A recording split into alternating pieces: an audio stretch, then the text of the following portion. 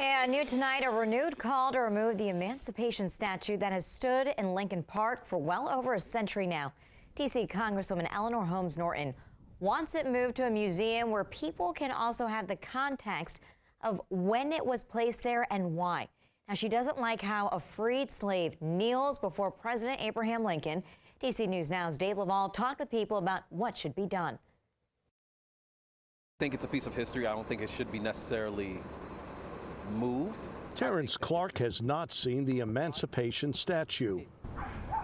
The monument in Lincoln Park recognizes the freeing of the slaves by President Abraham Lincoln. It shows a former slave kneeling in front of the president. That's why D.C. Congresswoman Eleanor Holmes Norton has once again called for its removal from the federal park. We showed Clark a picture of the statue. He disagrees with Norton.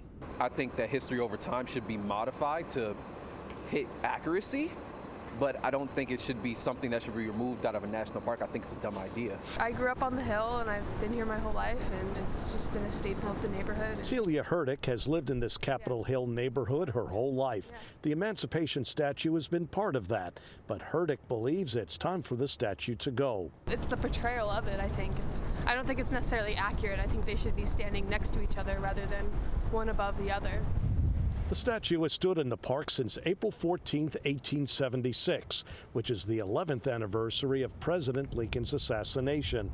Norton wants the monument moved to a museum with an explanation of its origin and meaning.